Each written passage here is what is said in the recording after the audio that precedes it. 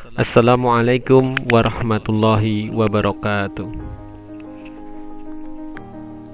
Tidak ada satu makhluk Allah Subhanahu wa taala yang tidak berguna, itu pasti. Persoalannya hanyalah pada keterbatasan kemampuan manusia dalam mengungkap manfaat dan misterinya. Salah satu fakta tentang unta yang masih menjadi misteri adalah kemampuannya bertahan hidup di padang pasir yang panas tanpa air dalam waktu yang sangat lama, hingga sekitar 1,5 bulan. Ternyata unta mampu menyimpan lemak di punuknya sekitar 120 kg. Dengan cadangan ini, unta mampu bertahan hidup tanpa air selama 1,5 bulan. Subhanallah. Mari kita perhatikan tentang realitas kehidupan dan fenomena alam berikut.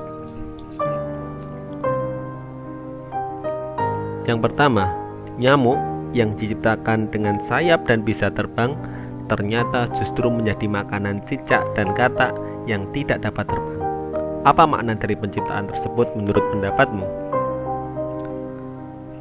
Kemudian yang kedua, di samping makhluk-makhluk Allah berbadan besar seperti gajah dan semisalnya, Allah Subhanahu wa taala juga menciptakan makhluk yang mikro, super kecil dan pasti bermanfaat bagi manusia.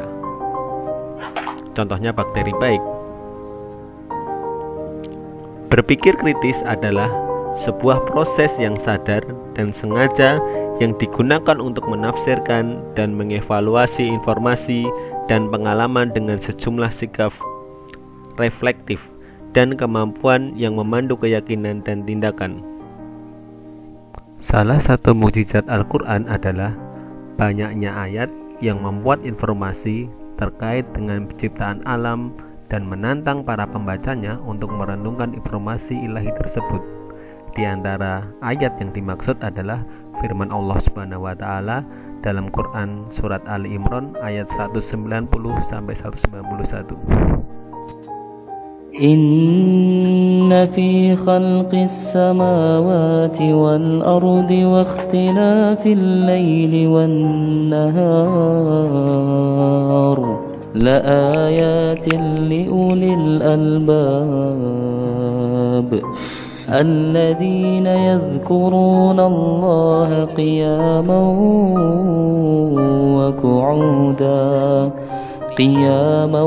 وقعودا وعلى جنوبهم ويتفكرون في خلق السماوات والأرض ربنا ما خلقت هذا باطلا سبحانك فقنا عذاب النار.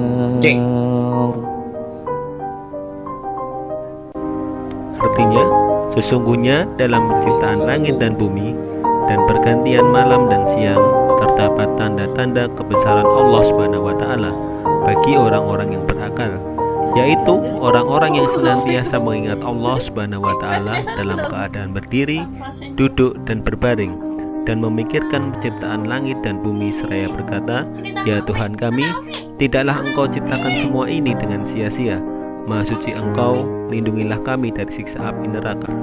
Ashabun nuzul atau sebab turunnya ayat ini adalah Imam At-Tabari dan Ibnu Abi Hatim rahimahullah meriwayatkan dari Ibnu Abbas radhiyallahu anhu bahwa orang-orang Quraisy mendatangi kaum Yahudi dan bertanya, "Bukti-bukti kebenaran apakah yang dibawa Musa kepadamu?"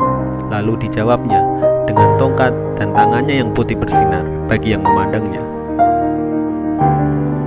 Orang-orang Quraisy mendatangi kaum Nasrani dan menanyakan bagaimana halnya dengan Isa. Dijawab, Isa bisa menyembuhkan mata yang buta sejak lahir dan penyakit sopak serta menghidupkan orang yang sudah mati. Selanjutnya, orang-orang Quraisy mendatangi Rasulullah SAW dan berkata, "Mintalah dari Tuhanmu agar bukit Sofa itu menjadi emas untuk kami." Maka Nabi berdoa dan turunlah ayat ini.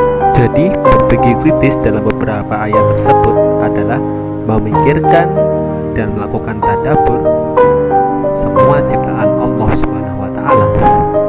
Dengan demikian, kita sadar betapa Allah Subhanahu wa taala adalah Tuhan pencipta yang Maha Agung dan Maha Pengasih lagi Maha Penyayang, dan mengantarkan kita menjadi hamba-hamba yang bersyukur. Hamba yang bersyukur yaitu yang selalu beribadah, ritual dan sosial dengan ikhlas. Sekian, wassalamualaikum warahmatullahi wabarakatuh.